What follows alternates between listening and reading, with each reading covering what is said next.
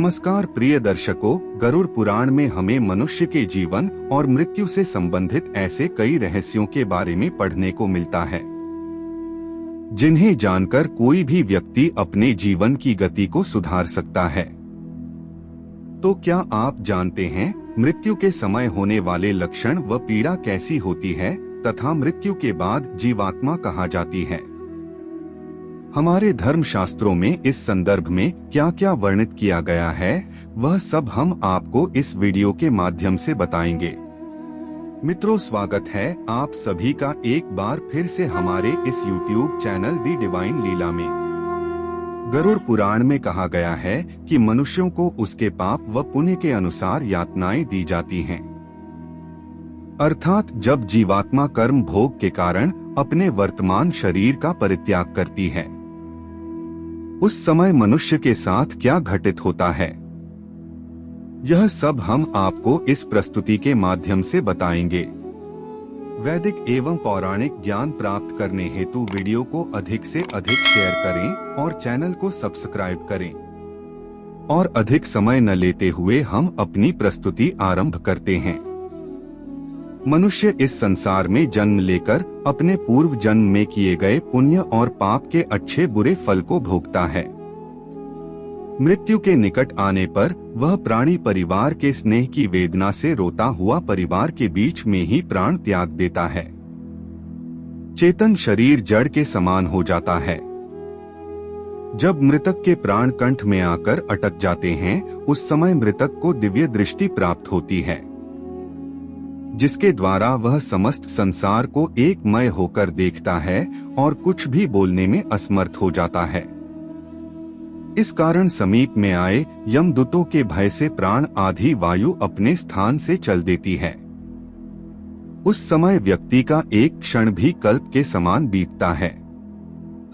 एक और अपनी इच्छाओं के छूटने से जो पीड़ा होती है, वैसी ही व्यवस्था श्वासों के निकलते समय होती है। मरणासन्न व्यक्ति के यमदूतों के भय से उस जीव के मुंह से लार और फैन गिरने लगता है। पापी मनुष्य के प्राण गुदा मार्ग से तथा पुण्य कार्य व्यक्तियों के प्राण मुख से निकलते हैं। प्राणी के प्राण निकलते समय प्राणियों को यमदूत मिलते हैं, जो क्रोध से लाल नेत्र वाले भयानक मुखपास और विकराल शरीर व नुकीले दांतों को पीसते हुए ऊपर की ओर खड़े हुए बालों वाले, काले कौवे के समान बड़े मुख वाले, विशाल नेत्र वाले, हाथों के नाखून रूपी शास्त्र वाले यमदूत वहां आकर उपस्थित रहते हैं। उन दोनों यमदूतों को देखकर भय से वह प्राणी मलमूत्र त्याग करने लगता है। गर्जना व चिल्लाता हुआ प्राण शरीर से निकलकर अंगूठे मात्र शरीर को धारण करता है और वह मोहवश अपने घर को देखता है। उस अंगूठे के समान शरीर के गले में रस्सी बांधकर इस प्रकार ले जाया जाता है, जैसे अपराधी व्यक्ति को राजा के सिपाही पकड़कर ले जाते हैं।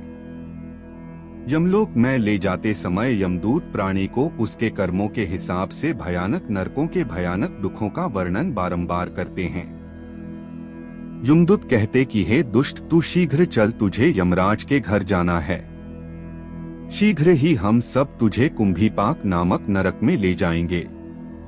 उस समय जो मनुष्य दुरात्मा होते हैं, उसे यमदूत अपने पास बंद में जकड़कर मारते हैं, और जो पुण्यकारी होते हैं उन्हें स्वर्ग के पार्षद अपने लोगों को सुख पूर्वक ले जाते हैं। उन्हें यमदूतों के धमकाने से उसका हृदय टूट सा जाता है। भय से कांपते और अपने पापों का स्मरण करते हुए चलता है। उस जीवात्मा को यह मार्ग में कुत्तों से कटवाया जाता है। जब वह मार्ग में भूख और प्यास से पीड़ित हो जाता है, तब उसे सूर्य के तेज और वायु के वेग से तब बालू रेत में चलाया जाता है। वह छाया और विश्राम रहित मार्ग में चलने से असमर्थ हो जाता है। तब उस जीव को कोड़ों से मारकर यमदूत घसीटते हुए यमलोक ले जाते हैं। ऐसे कठिन मार्ग पर चलने से थककर गिर जाता है, मूर्छा खाता है तथा फिर उठता है। इस प्रकार वह जीव अंधकारमय यमलोक में पहुंचाया जाता है। यमदूत उसको घोर नरक की यातना दिखाते हैं कि यह लोक में पहुंचकर वह जीव यमराज जी के दर्शन करता है तथा घोर नरक की यातना के दर्शन करता है तथा घोर नरक की यातना को देखकर यमराज की आज्ञा से 13 दिन के लिए फिर मनुष्य लोक में आता है। इससे आगे उस जीवात्मा के साथ क्या क्या घटित होता है यह हम आपको गरुड़ पुराण के अगले भाग में बताएंगे। हम आशा करते हैं हमारी प्रस्तुतियां आपको पसंद आई होगी। अपने विचार अभिव्यक्त करने के लिए कमेंट करें, वीडियो को शेयर करें व चैनल को सब्सक्राइब करें।